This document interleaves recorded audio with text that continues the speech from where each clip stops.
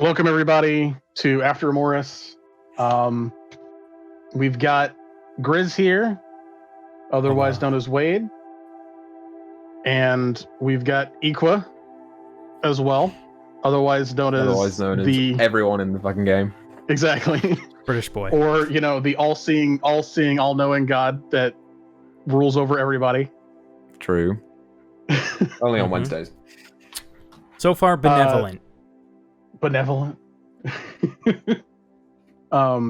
Today we are going to be going over episode 6, and we've got some questions here, couple from community, couple just for the two of them to answer, because I think everybody's probably curious. Before we get started, be sure to follow all of the socials down below. You can find us on Twitch every Monday for Emoris at 7:30 p.m. Eastern Standard Time. And we just have fun and would love you to come say hi. Absolutely. Very true. So, without further ado, let's get started. First question I've got is for Equa. So, obviously, you can't predict everything that the party's gonna do. So far, what is probably the most surprising thing to you that they've done? I mean, episode 5 was a pretty surprising thing that happened with everything that went down with the Parasite. When you guys were in Big Dacky, and I had a whole thing planned for Geralta, who was the leader of the Were People cult. Yeah, that was a weird encounter because I set that up and he was already like kind of talking to himself, and he wasn't really a threat imposing to anyone at the moment that you were, looking at him, and you kind of just went around the corner and just shot him, and then combat started and you didn't get a word in edgeways. That's kind of surprising. So one of those two, probably. It's mostly combat that you guys surprised me in. I've got a question for you, Esprit. Mm-hmm. Did you take that question from last week's Q&A? No, actually, I did not. I asked that question to Dyto because the joke was that Equa was supposed to be on the show. So I asked that question to Dyto, and she didn't say that, but then I threw that in. So that's so funny because Equa actually picked the thing that I picked last week. Which is so in sync, dude. So in sync. Dude, nice. We're mind melding. But I'm glad we got that question answered now. Yeah, you did get it right. Yeah, I kind of figured that was going to be your answer because we kind of discussed that after that session, and it was just like, yeah, we kind of murder hobo a little bit. You guys do. Times. You do murder hobo a little bit. You're right. All right, next question I've got is for Wade. How did Wade feel about the jam session that they had in the park, and would he do that again? Yeah, he's always down to jam. I mean, he would jam again. However, at that moment in time, I think he had other things on his mind. So his heart and soul probably wasn't super into his performance, but nice little distraction from the Poncho missing incident. Gotta get your mind elsewhere. You got money from it, so there you go. Yeah, I didn't see any of that money. Free got that money. Yeah, well, she took it, but I mean, you guys had it given to you all, so it was just tossed in a communal pot. I didn't take any. This one I've got is actually for both of you. This is one from Kev's point of view and one from Wade's point of view. Ooh. Oh, great. Could you see each other being brothers-in-law? Oh, okay, Griz, you go first on this one. Could I see Wade and Kev being brother-in-laws? Maybe. I mean, maybe. I don't know how to answer this without getting too spoilery. I don't think I can.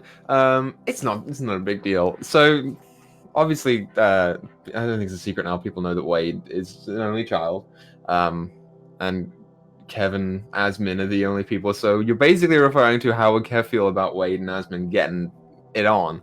Mhm. Yeah, Kev is not. It hasn't crossed his mind at this point. You know, him and Wade are already kind of like brothers. So Yeah.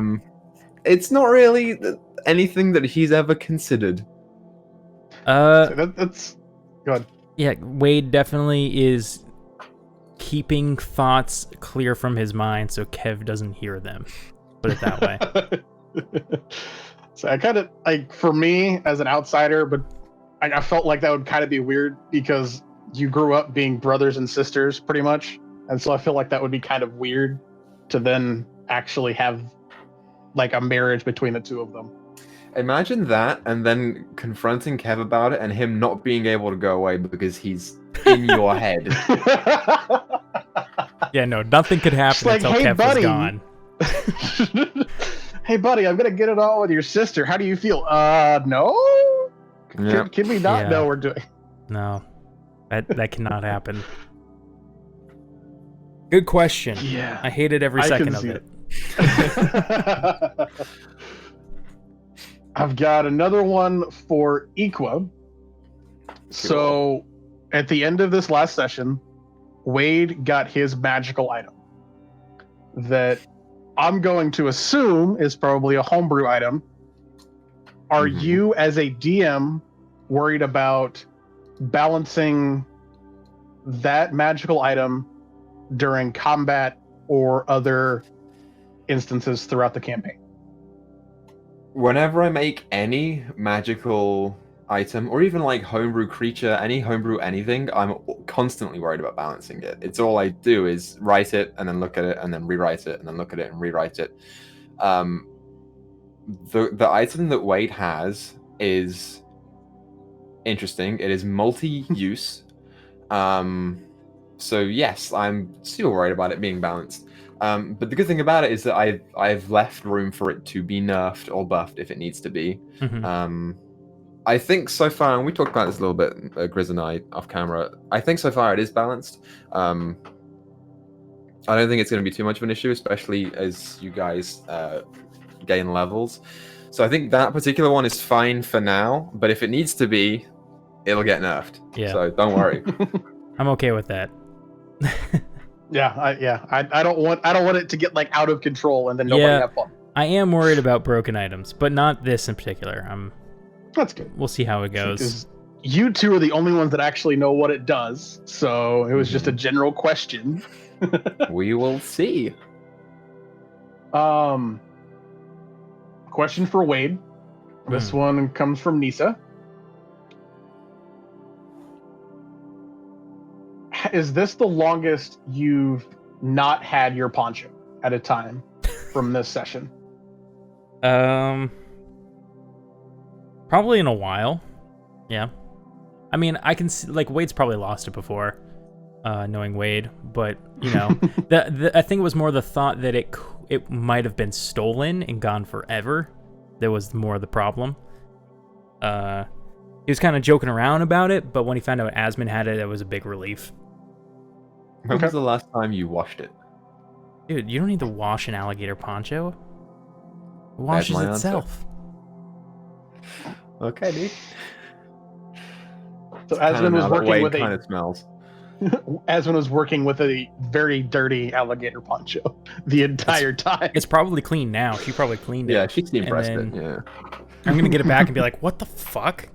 Or no, I She's have got it back now. prestidigitation. Right. Yeah. Another one for the both of you that I feel is going to be interesting. This one also is coming from Nisa. Who would win in an arm wrestle between Wade and Kev? Wade easily. Ooh, good question. I don't know. Definitely Wade. I don't know about that one. Kev's a halfling. I mean, no offense to halflings out there, but Yeah, but he's scrawny. I guess whenever they were hunting gators, you were like the more physical. We should probably person. bleep that part out, and then people are gonna be like, "Why was that bleeped out?" But I'm gonna have to bleep that part out because that gives spoilers. No, we said that before. It doesn't matter. It's fine. That's fine. I don't know. I'm gonna say for the purposes of this, probably Wade. But I think it would be close. You guys are both kind of, in the same vein of strength. Interesting. I think you're wrong. I can see that. I mean, you worked together to wrestle gators. It's not like one of you was out doing it by yourselves. Kev was right? more the live bait. Okay? Wade was the muscle. Wade was actually doing the wrestling while Kev was just getting the gators together. This is a tough question. All right. I've got one more question. This one is for Wade. How surprised were you whenever you woke up to find the sack of coins along with a now enchanted poncho next to you? I was very surprised. I did not know that's where Equa was going with it.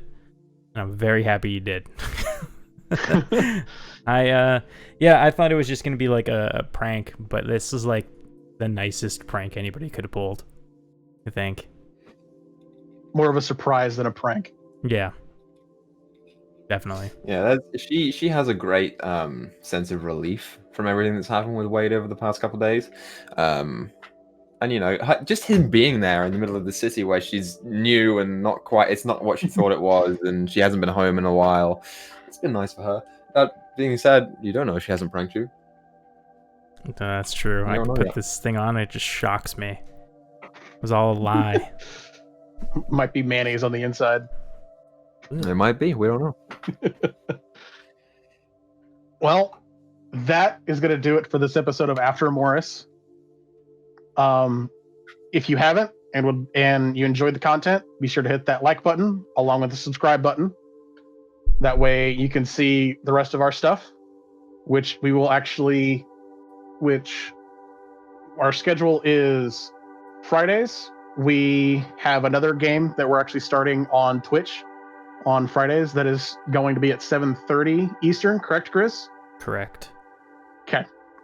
That one is a new one, and that is actually going to be DM'd by Griz. And then on Saturdays, we have... That gets uploaded. Mm-hmm. Yep. To YouTube. And then on Sundays, we've got this going live from the previous weeks. So they should have already seen the campaign. That's true. That's funny. Mm-hmm. But every Friday and Saturday until we beat it. So absolutely. So be sure to follow all of the socials down below, and hope to see you next time where we can continue making stories together.